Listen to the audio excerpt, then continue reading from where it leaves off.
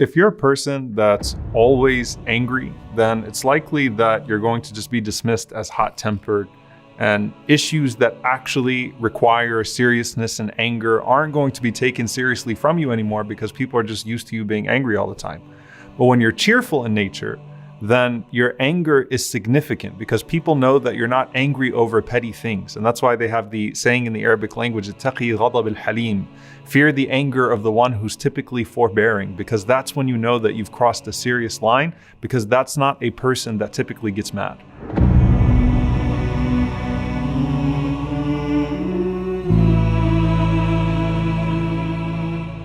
One of the signs of the hypocrite that the Prophet ﷺ mentioned is وَإِذَا خَاصَمَ فَجَرَ, that when they get into an argument, they become belligerent. They always transgress in the midst of an argument.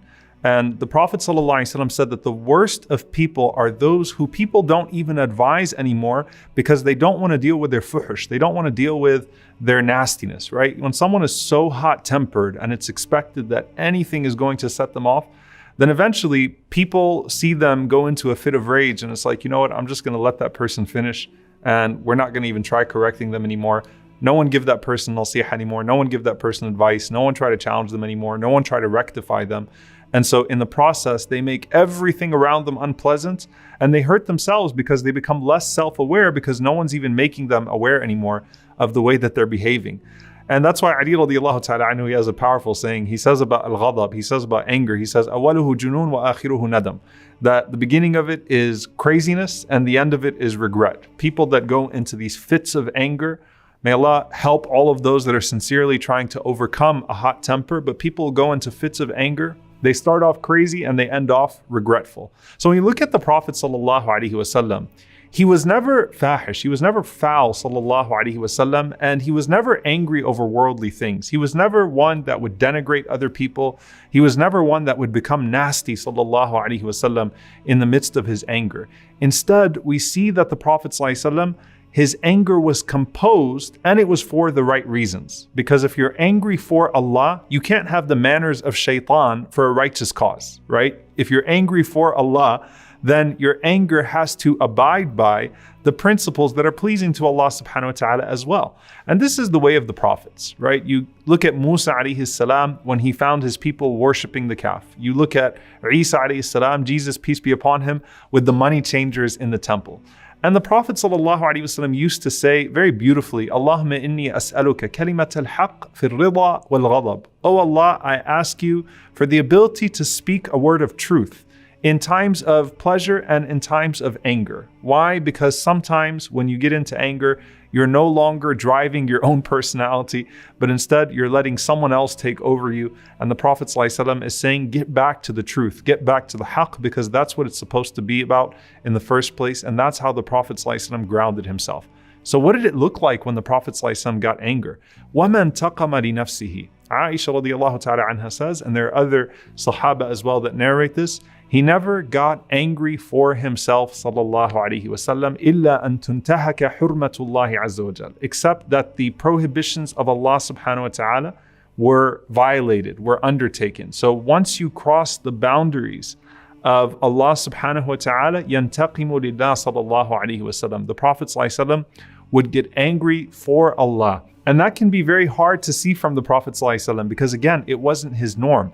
Usama ibn Zayd radiallahu ta'ala anhu, who was so beloved to the Prophet sallallahu alaihi wasallam, he says that when I killed a man in battle and that man said La ilaha illallah right before I killed him, and I thought to myself that he probably just said La ilaha illallah just to escape death. When I told the Prophet sallallahu alaihi wasallam about that, he was so upset with me, saying to me, did you check his heart, O Usama? He said he was so upset with me that I had wished I hadn't become Muslim before that day. Meaning, I wish that I could just take Shahada that day and do away with everything before that. You have the story of the young man that came to the house of the Prophet sallallahu alaihi wasallam to ask about his habits, and when they found that the Prophet sallallahu alaihi wasallam sleeps at night sometimes, that the Prophet sallallahu alaihi wasallam is intimate with his spouses, that the Prophet sallallahu alaihi wasallam eats food, he doesn't fast all day. These three young men, they walked away and they said, well, he's the Prophet of God, we have to do more than him. So they took these oaths on themselves that I'm going to fast and not break my fast, that I'm going to stay awake the entire night and pray, that I'm going to not get married because intimacy is somehow a mark, it's a taint. And when the Prophet ﷺ heard about this, the Prophet ﷺ was upset. He said, who are these people? And he said to them in anger, sallallahu alaihi wasallam, that look, I am the Prophet of Allah. No one is going to exceed me in religiosity, but I observe prayer and then I sleep. I observe fasting and then I break my fast, and I'm intimate with my spouses. And whoever turns away from my sunnah is not from me. So that's when the Prophet ﷺ would become upset, when people would exceed the boundaries of Allah subhanahu wa ta'ala and risk corrupting or polluting the religion in the first place. Now, the Prophet ﷺ also would not tolerate people belittling others, because that's also the sanctity of Allah subhanahu wa ta'ala, because Allah has sanctified the dignity and the honor of your brothers and sisters. And so when the Prophet ﷺ sees the companions and they make fun of the legs of Abdullah ibn Mas'ud radiallahu ta'ala anhu because of how skinny they were, the Prophet ﷺ becomes extremely upset in defending Ibn Mas'ud radiallahu ta'ala anhu and saying, you're laughing at those two legs, and I've seen each one of them the size of Uhud on the day of judgment. Those are legs of power. Those are legs of honor in the sight of Allah subhanahu wa ta'ala. Or the famous story of Abu Dharr radiallahu ta'ala anhu saying, Ya ibn Sauda, saying, you son of a black woman. And the Prophet sallallahu alaihi wasallam saying to Abu Dharr radiallahu ta'ala anhu, did you insult him using his mom? Did you insult him using his mom? And you are a person that still has some of the days of ignorance inside of you, some of jahiliyyah inside of you. So that's also the Prophet sallallahu alaihi wasallam seeing that the sacred boundaries of Allah subhanahu wa ta'ala have been crossed. But subhanAllah, it's really interesting that Aisha radiallahu ta'ala anha, she narrates the time that the Prophet ﷺ got really upset. She says that it was in regards to Khadija radiallahu ta'ala anha. And the Prophet ﷺ used to always mention Khadija as if there was no one else in the world but Khadija, and she had already passed away, and I never even met her. But he loved her so much that anytime Khadija radiallahu ta'ala anha was brought up, anytime he saw some of her friends, he sent gifts to them. Anytime the Prophet ﷺ heard the voice of Hala, her sister, the Prophet ﷺ said, Allahumma Hala, Allahumma Hala, oh Allah, let it be Hala, oh Allah, let it be Hala. So she says that one day I said to the Prophet ﷺ as he was mentioning Khadija radiallahu ta'ala anha, I said to the Prophet ﷺ, why are you caught up on an old toothless woman from Quraysh, Abdalak Allahu khayran minha, that Allah subhanahu wa ta'ala has given you better than her? And she knew that she crossed the line. She said that the Prophet ﷺ stood up, his face became red alayhi salatu wassalam, that vein that would come out from his forehead sallallahu alaihi wasallam came out when he was angry, and it looked like his hair stood up sallallahu alaihi wasallam because of how upset he was at what she had said about Khadija. And the Prophet sallallahu alaihi wasallam says, I swear that Allah has not given me better than her. And he started to say sallallahu alaihi wasallam, amanat bi idh kafara bi an-nas, she believed in me when others disbelieved in me.